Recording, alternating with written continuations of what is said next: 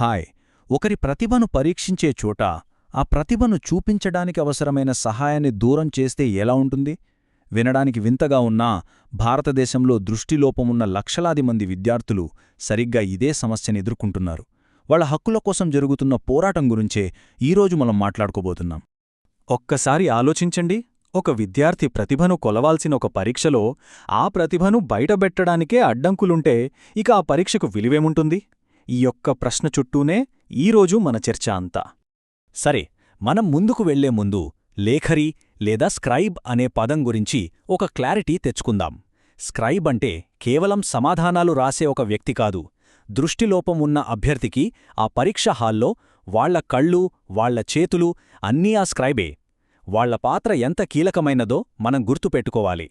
మరి ఈ విద్యార్థుల హక్కులన్నిటికీ ఆధారమేంటి? అవి ఎక్కడ్నుంచొస్తున్నాయి? వీటికి పునాది మన భారత రాజ్యాంగం. వికలాంగుల హక్కులకు అదే అతిపెద్ద రక్షణ కవచం. మన రాజ్యాంగంలోని ఆర్టికల్ 14, ఆర్టికల్ 21 ఇవి కేవలం అక్షరాలు కాదు, అవి లక్షలాది మందికిచ్చే భరోసా. ఆర్టికల్ 14 చట్టం ముందు అందరూ సమానమే అంటుంది. ఆర్టికల్ 21 గౌరవంగా బ్రతికే హక్కునిస్తుంది. ఒక విద్యార్థికి అవసరమైన స్క్రైబ్ను నిరాకరించడమంటే ఈ ప్రాథమిక హక్కుల్ని కాలరాసినట్టే కదా. ఇక్కడే సుప్రీంకోర్టు ఒక మైలురాయి లాంటి తీర్పిచ్చింది. స్క్రైబ్ లాంటి సహేతుకమైన వసతులు అంటే అవసరమైన సౌకర్యాలు కల్పించటమనేది ఎవరో చూపే జాలి లేదా దానంగాదు, అది వాళ్ళ రాజ్యాంగబద్ధమైన హక్కు అని చాలా స్పష్టంగా చెప్పింది. ఈ ఒక్క తీర్పు అసలు ఈ చర్చ స్వరూపాన్నే మార్చేసింది.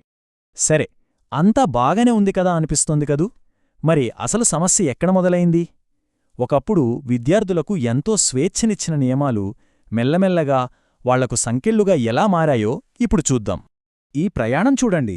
2013లో ఒక విద్యార్థికి తనకు సౌకర్యంగా ఉండే తన సబ్జెక్టును అర్థం చేసుకోగల స్క్రైబ్ను ఎంచుకునే పూర్తి స్వేచ్ఛ ఉండేది. కాని 2018 వచ్చేసరికి స్క్రైబ్ క్వాలిఫికేషన్ ఒక మెట్టు తక్కువ ఉండాలి, వయసు ఇంతే ఉండాలి అంటూ ఒకదాని తర్వాత ఒకటి అడ్డంకులు మొదలయ్యాయి. అంటే స్వేచ్ఛ స్థానంలో సందేహం, నియంత్రణ వచ్చాయన్నమాట. ఒక్కసారి ఊహించుకోండి, ఈ మార్పుల వల్ల వచ్చే ఇబ్బందులు ఎలా ఉంటాయో. ఒక పీహెచ్డీ విద్యార్థి చాలా క్లిష్టమైన టెక్నికల్ పదాలతో పరీక్ష రాస్తున్నాడు అనుకుందాం. అతనికి సహాయం చేయడానికొచ్చిన స్క్రైబ్ ఇంటర్మీడియట్ మాత్రమే చదివి ఉంటే పరిస్థితేంటి? సింపుల్గా 2013లో విద్యార్థిపై ఉన్న నమ్మకాన్ని 2018 తర్వాతొచ్చిన నియమాలు దుర్వినియోగం అనే ఒకే ఒక్క పదంతో పక్కన పెట్టేశాయన్నమాట. సరే, ఇదంతా వింటుంటే ఎవరికైనా ఒక డౌట్ వస్తుంది. ఈ 21వ శతాబ్దంలో ఉన్నాం, టెక్నాలజీ ఇంతగా పెరిగింది. ఈ సమస్యకు టెక్నాలజీనే పరిష్కారం కాదా? అసలు మనుషులతో పనేంటి? కాని వాస్తవ పరిస్థితేంటో చూద్దాం. అవును, కాగితం మీద చూస్తే టెక్నాలజీ అద్భుతమైన పరిష్కారంలానే కనిపిస్తుంది. కంప్యూటర్లు, స్క్రీన్ రీడర్లు అన్నీ ఉన్నాయి కదా అనుకుంటాం. కానీ గ్రౌండ్ రియాలిటీ ఏంటి? అది ఆ ఆశలకు చాలా చాలా దూరంలో ఉంది. ఒకటి కాదు, రెండు కాదు, బోలెడు సమస్యలు. మొదటిది ఖర్చు. చాలామందికి ఈ టెక్నాలజీ కొనే స్తోమట లేదు. ఇక గ్రామీణ ప్రాంతాలకు వెళ్తే ఇంటర్నెట్, కనీస శిక్షణ కూడా ఒక కల. ఇవన్నీ దాటుకుని పరీక్షా కేంద్రానికి వెళ్తే అక్కడి కంప్యూటర్లు, సాఫ్ట్వేర్ పనిచెయ్యవు. ఇలాంటి పరిస్థితుల్లో టెక్నాలజీని ఒక పరిష్కారంగా ఎలా చూడగలం? ఇప్పుడు నేను చెప్పబోయే నంబర్ కొంచెం జాగ్రత్తగా వినండి. 90%, అవును 90%. Global report on assistive technology ప్రకారం మన దేశంలో సహాయక టెక్నాలజీ అవసరమైన ప్రతి 10 మందిలో 9 మందికి అది అందడం లేదు. అంటే మనం మాట్లాడుకుంటున్న పరిష్కారం 90% మందికి అసలు ఉనికిలోనే లేదన్నమాట. ఇలా రూల్స్ అడ్డంకులుగా మారుతున్నప్పుడు న్యాయ వ్యవస్థ ఒక ఆశాకిరణంలా ముందుకొచ్చింది.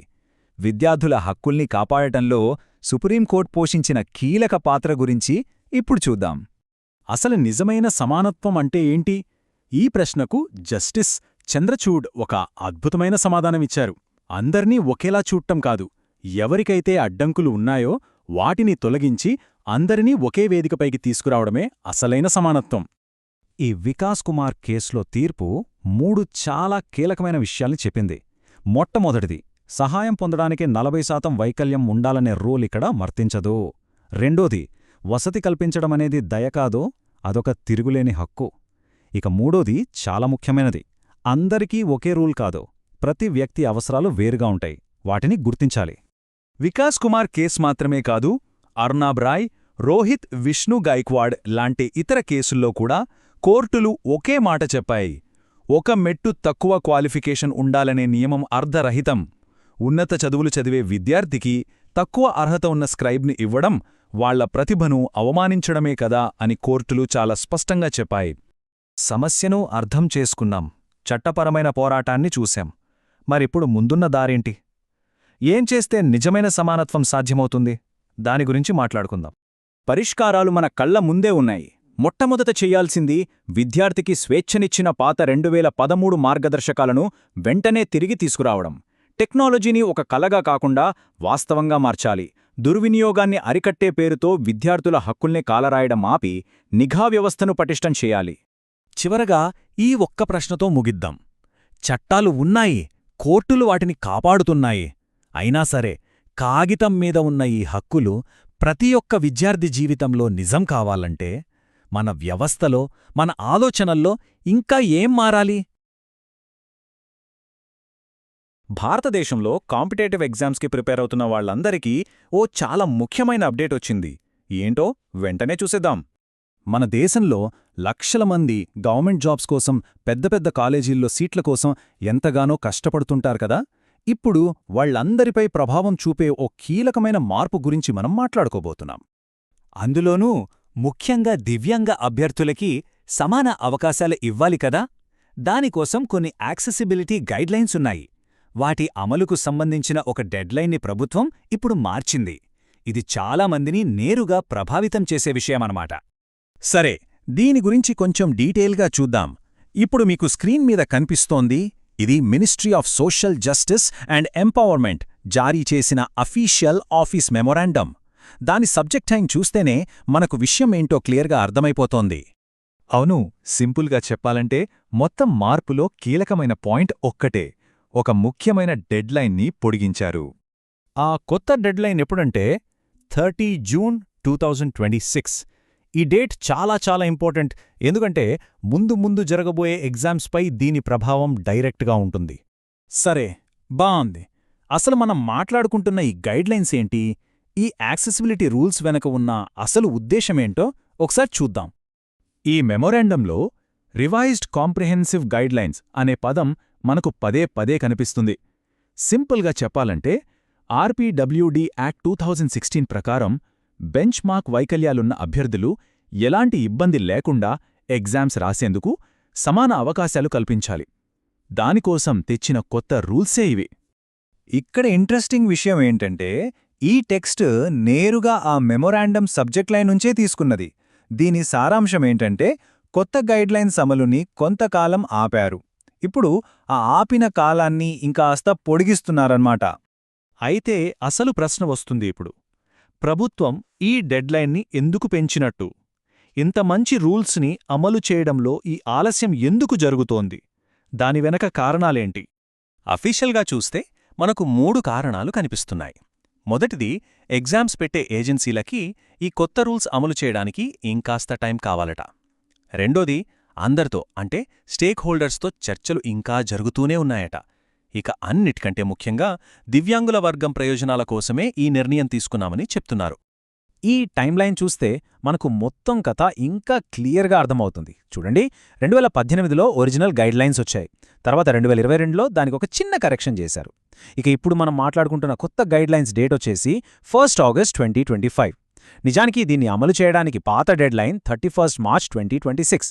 కానీ దాన్నిప్పుడు జూన్ 30, 2026 వరకు పొడిగించారు. సరే, మరి ఈ మార్పు వల్ల ఎవరెవరి మీద ఇంపాక్ట్ ఉంటుంది? దీని స్కోప్ ఎంత పెద్దదో ఇప్పుడు చూద్దాం. ఒక్కసారి చూడండి, ఈ నిర్ణయం ఎంత పెద్దదో. UPSC, SSC, railways, NTA, IBPS ఇలా చెప్పుకుంటూ పోతే దేశంలో ఉండే దాదాపు అన్ని పెద్ద ఎగ్జామ్ ఏజెన్సీలకి ఈ మెమో వెళ్ళింది. అంటే దీని ప్రభావం దేశం మొత్తం మీద ఉంటుందన్నమాట. రైట్, ఇదంతా ఓకే. కానీ అసలు పాయింట్కొస్తే ఎగ్జామ్స్ రాసేవాళ్లకి దీనివల్ల ఏం తెలుస్తుంది? వాళ్ళు గుర్తుపెట్టుకోవాల్సిన మెయిన్ పాయింట్ ఏంటి? అదే ఇప్పుడు చూద్దాం. ఇక అన్నిటికంటే ముఖ్యమైన విషయానికి వచ్చేద్దాం. ఏ ఎగ్జామ్కి ఏ రూల్స్ అప్లై అవుతాయి? ఇది చాలా సింపుల్. చూడండి, 30 జూన్ 2026 లోపు ఏ ఎగ్జామ్ నోటిఫికేషన్ వచ్చినా సరే అది పాత 2018 గైడ్లైన్స్ ప్రకారమే జరుగుతుంది. కానీ 30 జూన్ 2026 నాడు గాని ఆ తర్వాత గాని నోటిఫికేషన్ వస్తే మాత్రం ఖచ్చితంగా కొత్త 2025 గైడ్లైన్స్ని ఫాలో అవ్వాల్సిందే. ఈ తేడా చాలా కీలకం. ఇందులో ఎలాంటి కన్ఫ్యూజన్ అక్కర్లేదు, ఎందుకంటే ఆ మెమొరాండంలో 3వ పారాగ్రాఫ్ ఇదే విషయాన్ని చాలా స్పష్టంగా చెప్తోంది. అంటే ఈ 30 జూన్ 2026 అనే తేదీనే పాత రూల్స్కి కొత్త రూల్స్కి మధ్య ఒక కట్ ఆఫ్ డేట్గా అఫీషియల్గా ఫిక్స్ చేశారు. ఇలా డెడ్లైన్ని మళ్లీ మళ్లీ పొడిగిస్తూ ఉండటం చూస్తుంటే ఒక ప్రశ్న వస్తుంది. ఆ అభ్యర్థులందరికీ, మరీ ముఖ్యంగా దివ్యాంగులకే, నిజంగా సమాన అవకాశాలు కల్పించేలా, ఎలాంటి ఇబ్బందులు లేని ఒక ఎగ్జామ్ సిస్టమ్ని పూర్తిగా అమలు చేయడానికి ఇంకా ఏం చెయ్యాలి? ఈ ఆలస్యం వెనుక ఉన్న అసలు సవాళ్లేంటో ఆలోచించాల్సిన విషయం.